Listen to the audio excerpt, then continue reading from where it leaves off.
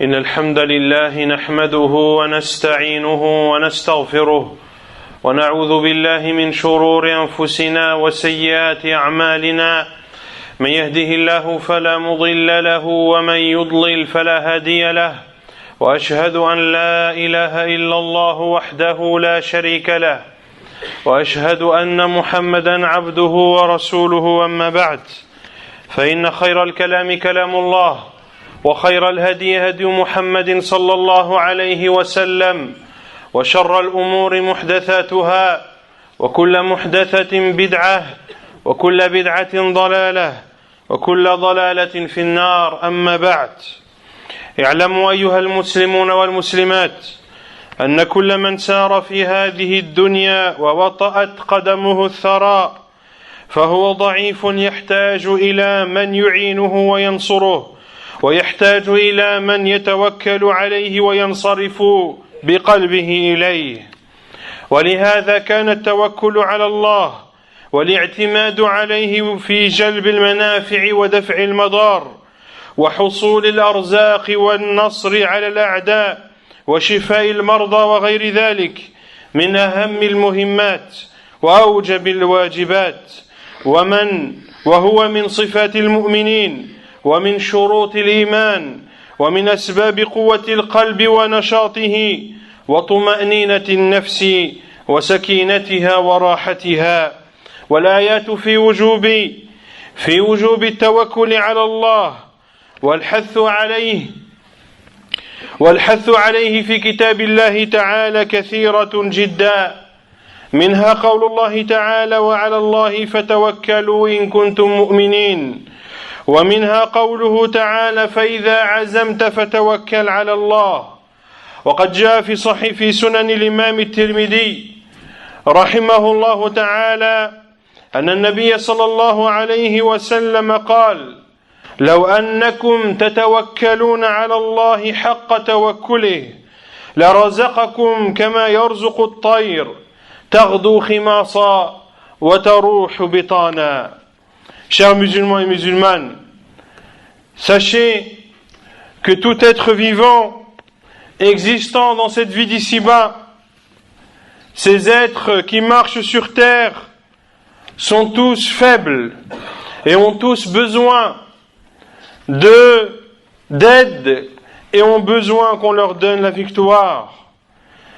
Ils ont besoin de s'en remettre et de placer leur confiance. Pour cela, que de placer sa confiance en Allah, de s'en remettre à Allah Azza wa Jal lorsque l'on espère un bien, ou lorsqu'on veut être épargné d'un mal, lorsqu'on veut avoir une pourvoyance, lorsqu'on veut une victoire vis-à-vis des ennemis, lorsque l'on souhaite la guérison d'une maladie et toute autre chose, s'en remettre à Allah, placer sa confiance en Allah, se confier à Allah fait partie des choses les plus obligatoires. Et cela fait partie des caractéristiques des croyants. Et c'est une condition pour la foi. Et de s'en remettre au Seigneur des mondes permet au cœur de se renforcer et accorde à l'âme une quiétude et une sérénité sans semblable. Et les versets dans le livre d'Allah qui ordonnent de placer sa confiance en lui, subhanahu wa ta'ala, sont nombreux. Parmi ces versets, la parole d'Allah Azza wa Jalla sont le sens. Et c'est envers Allah que vous devez placer votre confiance si vous êtes croyant. Et il dit aussi, subhanahu wa ta'ala, selon le sens, une fois que tu as décidé, confie-toi à Allah. Et le prophète sallallahu alayhi wa sallam dit dans le hadith authentique, rapporté par l'imam At-Tirmidhi dans ses sunan, il dit sallallahu alayhi wa sallam, si vous placiez votre confiance en Allah comme il se devait, Allah vous aurait accordé votre pourvoyance comme il l'accorde aux oiseaux. Ils sortent le matin le ventre vide et reviennent le soir le ventre plein.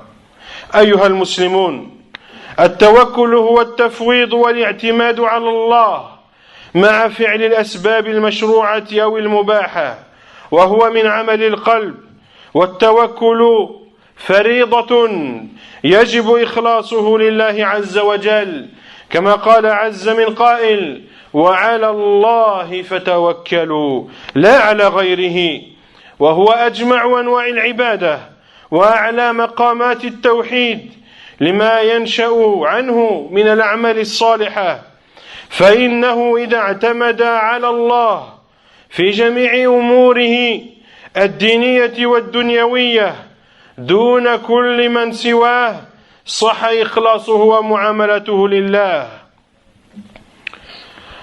وإن مما يحدث التوكل في القلب التأمل في آثار الربوبية، فكلما كان العبد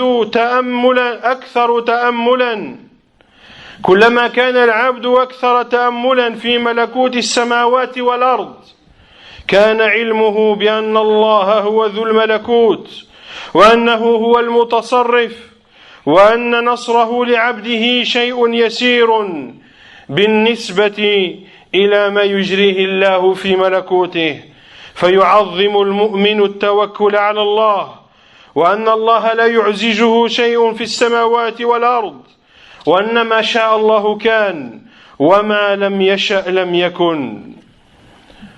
Chers musulmans et musulmanes, le tawakkul, le fait de placer sa confiance en Allah, signifie de s'en remettre à Allah, de se reposer sur Allah, tout en accomplissant les causes légiférées et autorisées.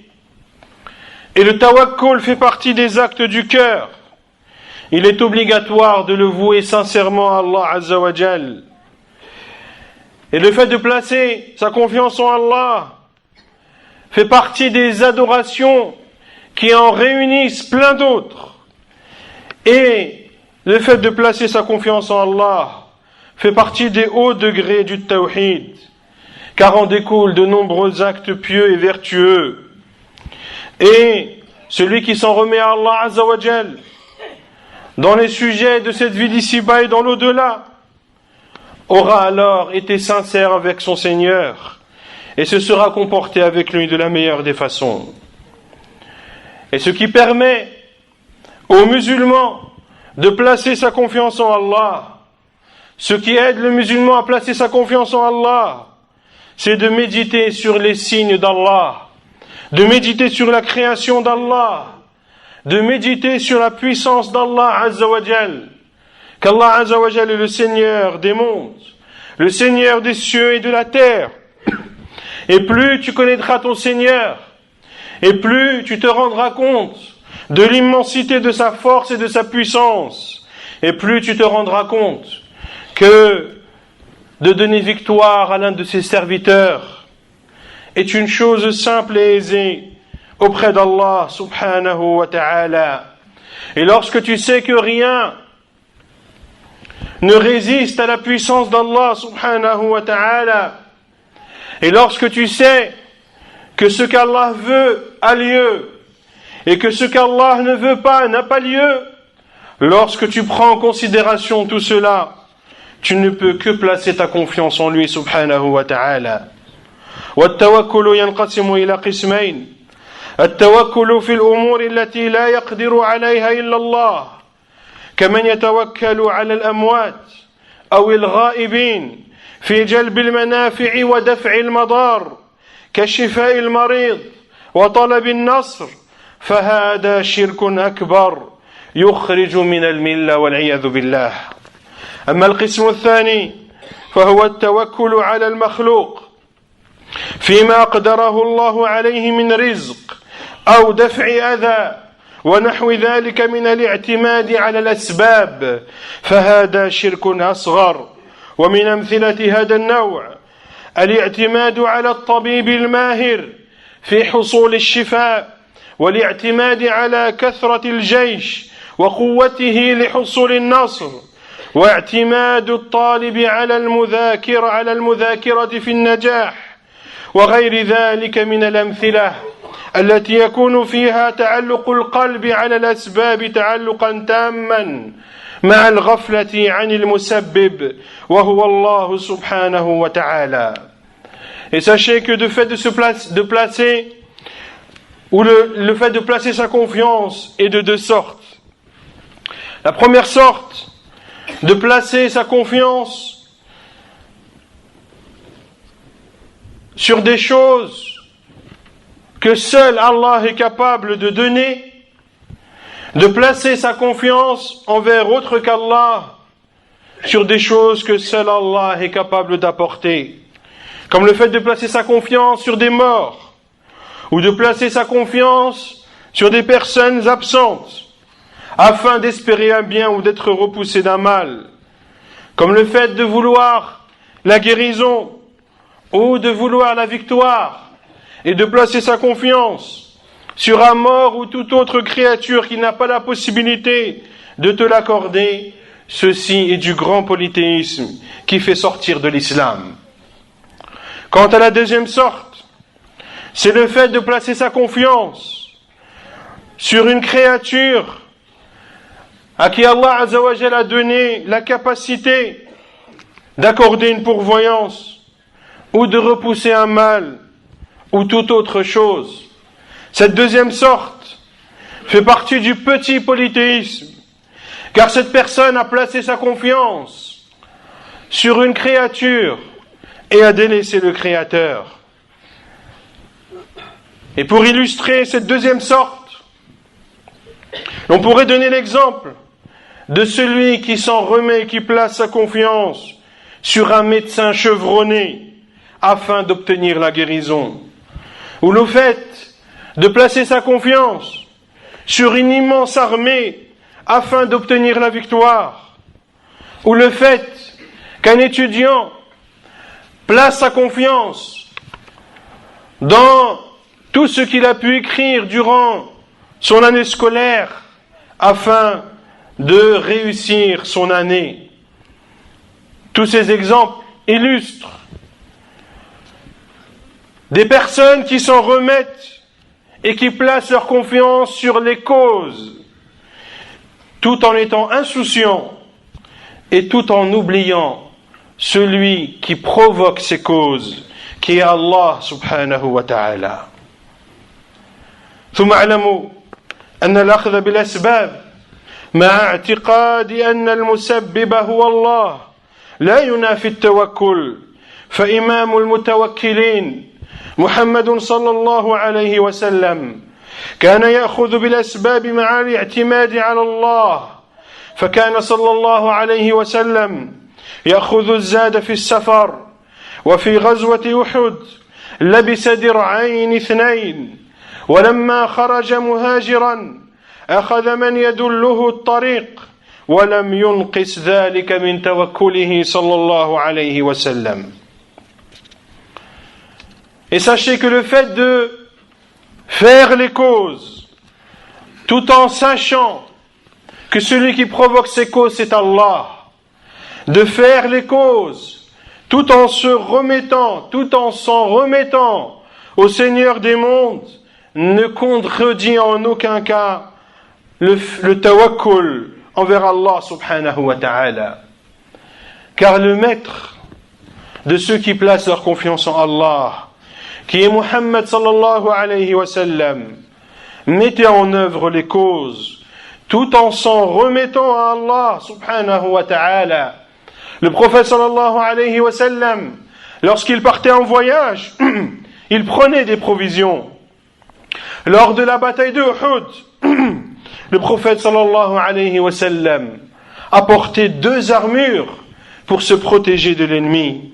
Et lorsqu'il est sorti sallallahu alayhi wa sallam, émigrant de la Mecque vers Médine, il a pris avec lui des personnes pour lui montrer le chemin. Et ceci n'a en rien diminué le fait que le prophète sallallahu alayhi wa sallam ait placé sa confiance en Allah subhanahu wa ta'ala. أقول قولي هذا واستغفر الله.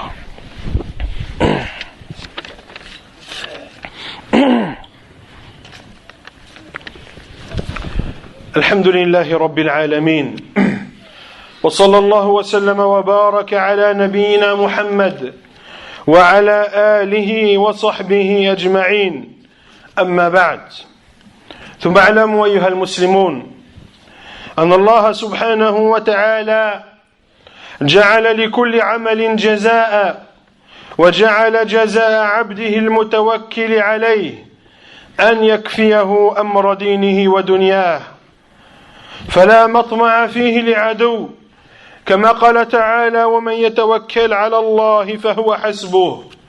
وقال سبحانه: يا أيها النبي حسبك الله ومن اتبعك من المؤمنين. يخبر تعالى نبيه صلى الله عليه وسلم أنه كافيه وكاف أتباعه من المؤمنين إلى يوم القيامة، فليكن توكلهم ورغبتهم عليه وحده. وقال تعالى: ومن يتوكل على الله فهو حسبه. وقد قال عبد الله بن مسعود رضي الله عنه، كما جاء ذلك في صحيح الإمام البخاري، قال: حسبنا الله ونعم الوكيل. قالها إبراهيم حين ألقي في النار، وقالها محمد صلى الله عليه وسلم حين قيل له: إن الناس قد جمعوا لكم فاخشوهم، فزادهم إيمانا وقالوا حسبنا الله ونعم الوكيل. ومعنى حسبنا الله ونعم الوكيل أي كافينا ويتولى أمورنا، فلا نتوكل إلا عليه، وهو سبحانه وتعالى نعم الوكيل. فعلى المسلم إذا وقع في كربة وشدة عليه أن يلتجئ إلى الله وأن يتوكل عليه، وشرع له أن يقول هذه الكلمة العظيمة: والله عز وجل قدير ومجيب وكاف من توكل عليه. Sachez qu'Allah Azza wa Jal a fait ou a accordé pour chaque œuvre une récompense. Et la récompense de celui qui place sa confiance en lui, subhanahu wa ta'ala, et qu'Allah lui suffit entièrement dans sa vie d'ici-bas et dans l'au-delà. Et aucun ennemi ne pourra ainsi l'atteindre. Il dit subhanahu wa ta'ala: et celui qui place sa confiance en Allah, il lui suffit. Et il dit subhanahu wa ta'ala selon le sens: ô prophète, Allah te suffit, ainsi que ceux qui t'ont suivi parmi les croyants. Abdullah ibn Abbas radiyallahu anhu a dit: Hasbunallahu wa ni'mal wakil. Allah nous suffit et c'est le meilleur sur qui nous pouvons placer notre confiance. Cette parole, Abdullah ibn Abbas a dit, cette parole a été dite par Ibrahim lorsqu'il a été jeté dans le feu. Et cette parole a été dite par Muhammad sallallahu alayhi wa sallam lorsque des gens sont venus lui dire: les gens se sont réunis contre vous, redoutez-les, redoutez-les. Qu'est-ce que cela a eu comme implication vis-à-vis des musulmans? Ont-ils eu peur des ennemis qui s'étaient réunis contre eux? La réponse est non. Allah Azza wa Jalla a dit: Fazadahum imana. Cela n'a fait qu'accroître leur foi. Cela n'a fait qu'accroître leur foi. Et ils ont dit: Hasbunallahu wa ni'mal wakil. Allah nous suffit et c'est le meilleur sur qui nous plaçons notre confiance. C'est-à-dire qu'Allah nous suffit et c'est lui qui prend en charge nos affaires, et nous ne plaçons notre confiance qu'en lui, subhanahu wa ta'ala. Ainsi le musulman, lorsqu'il se trouve dans une situation délicate, lorsqu'il se trouve dans une situation dangereuse, il se doit de s'en remettre à son Seigneur subhanahu wa ta'ala. Et il lui est légiféré de dire, comme l'a dit Ibrahim alayhi salam, Hasbunallahu wa ni'mal wakil. Et il lui est légiféré de dire, comme l'a dit le prophète sallallahu alayhi wa sallam, Hasbunallahu wa ni'mal wakil. ثم اعلموا أيها المسلمون أن ثمرات التوكل عظيمة. فقد جاء إبراهيم بزوجته هاجر وابنها إسماعيل وهو رضيع ووضعهما في مكة، وليس فيها أحد ولا ماء فيها ثم قفا منطلقا إلى فلسطين فتبعته أم إسماعيل فقالت الله أمرك بهذا قال نعم قالت إذن لا يضيعنا ثم رجعت فلم يضيعهما الله فأجرى الله ماء زمزم يشرب الناس منه إلى يومنا هذا ورزقها من الثمرات وأصبحت مكة عامرة بالناس وبنى إبراهيم وإسماعيل عليهما السلام الكعبة فتأملوا رحمكم الله إلى ثمرة توكل أم إسماعيل على ربها وتفتح الخيرات عليها وعلى من بعدها. Et sachez qu'il y a d'immenses bénéfices. D'immenses bénéfices découlent lorsqu'une personne place sa confiance en Allah. Ibrahim alayhi salam est venu accompagné de sa femme Hajar et de son fils Ismaïl qui était encore que sa mère allaitait encore. Il les a déposés à la Mecque. La Mecque qui à l'époque était un désert où il n'y avait personne, de même qu'il n'y avait pas d'eau. Il a déposé sa fille et son fils, sa femme et son fils, puis est reparti en direction de la Palestine. Ismaïl a couru derrière lui et lui a dit « Est-ce Allah qui t'a ordonné de faire cela ?» Il a répondu « Oui ». Elle a dit « Donc il ne nous délaissera pas ». Elle est donc retournée et Allah Azza wa Jal ne l'a en aucun cas délaissée. Allah Azza wa Jal, de par cette confiance que Hajar a placée en son Seigneur subhanahu wa ta'ala, Allah Azza wa Jal a fait jaillir de la terre l'eau de Zamzam que les gens boivent jusqu'à nos jours et que les gens boiront jusqu'au jour dernier. Et Allah Azza wa Jal lui a accordé des fruits et des bienfaits de telle sorte que la Mecque est maintenant pleine de gens, de telle sorte que la Mecque fut peu de temps après un endroit de rencontre internationale. Et c'est à la Mecque que Ibrahim et Ismaïl ont bâti la Kaaba. Réfléchissez donc à ces bienfaits qui ont découlé de cette confiance que Ismaïl a placée en son Seigneur.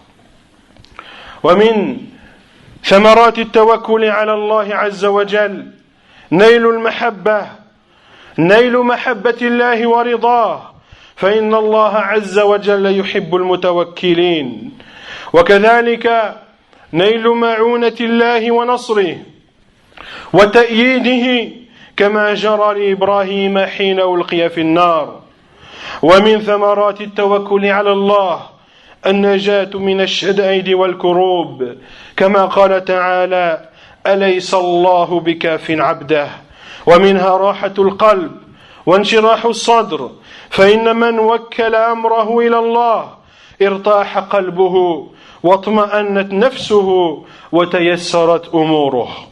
Et sachez que les fruits du fait de placer sa confiance en Allah sont nombreux. Parmi ces fruits, le fait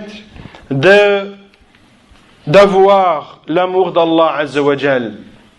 Qu'Allah Azza wa Jal aime et est satisfait de ceux qui placent sa confiance en lui.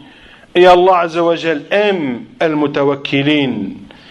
De même que celui qui place sa confiance en Allah bénéficie de l'aide et de la victoire d'Allah, comme on a bénéficié Ibrahim lorsque son peuple l'a jeté dans le feu. Et Allah Azza wa Jal a dit Ya naru kuni bardan wa salaman ala Ibrahim.